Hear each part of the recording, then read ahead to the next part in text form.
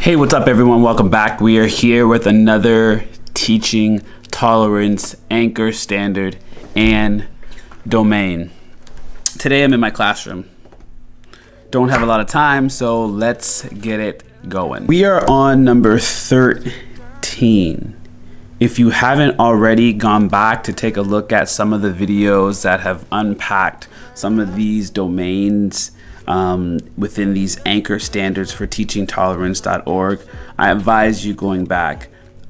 Just a little plug, I am not in any way connected to teachingtolerance.org, but I am simply a teacher and educator trying to unpack and learn more about these anti-bias social justice framework for kids in the classroom. Today we have a very, very important, mind you, they're all very important, but this domain is extremely important. And it's not the easiest domain to teach kids. Students will recognize unfairness on an individual level, systemic level, and institutional level. Now, that is definitely a mouthful, so we are going to try to break down this domain in a way that you can understand and hopefully use this in your classroom because it is extremely important. The first thing that I think about when looking at this domain is having students, again, look into the words systemic, institutional, and using it on a more inquiry-based type of learning. I picture myself printing off articles, finding videos, looking at things through the media, whether that's on Instagram, Facebook, Twitter, printing them out and putting them around the classroom for students to basically just explore. And doing this over time so students can see that there is some type of unfairness happening within these different concepts or ideas that are being presented through the media. I know that Newsela is a great place to find articles. Newsela allows you to adjust the wording so it fits the student's needs. It is consistently updated with up-to-date facts and real life things that are happening within the world. So looking for articles, check out Newsela. When it comes to institutional and systemic unfairness, that is really, really hard to talk about with kids. But for me, and if you've been looking at a lot of my videos, one of the main things for me to tackle this type of work is picture books.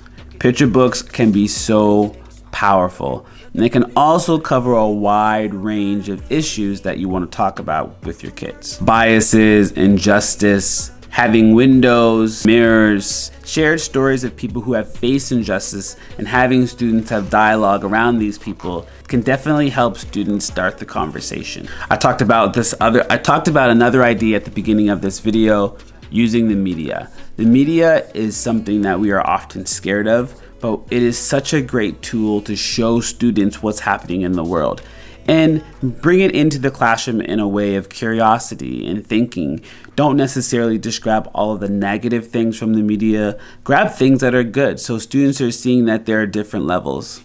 Next, you want to teach anti-bias education, and without going into great detail, teachingtolerance.org. It has a wealth of knowledge for teachers, educators, parents to simply again start the conversation around being more anti-bias within the things that you were teaching kids.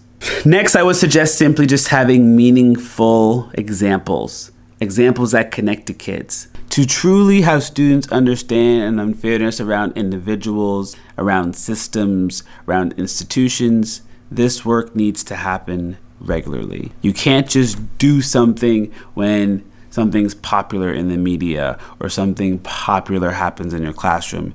These conversations need to be happening all the time. That's it. I think it's not as simple or as easy as it sounds. And I think one of the most important things is that as educators, we're continuing to learn and continuing to push ourselves to talk about these tough subjects and allow the kids to have the dialogue. They are always way more intelligent, clever, smart, all of those things than what we think. Allow it to happen, and we all will be impressed.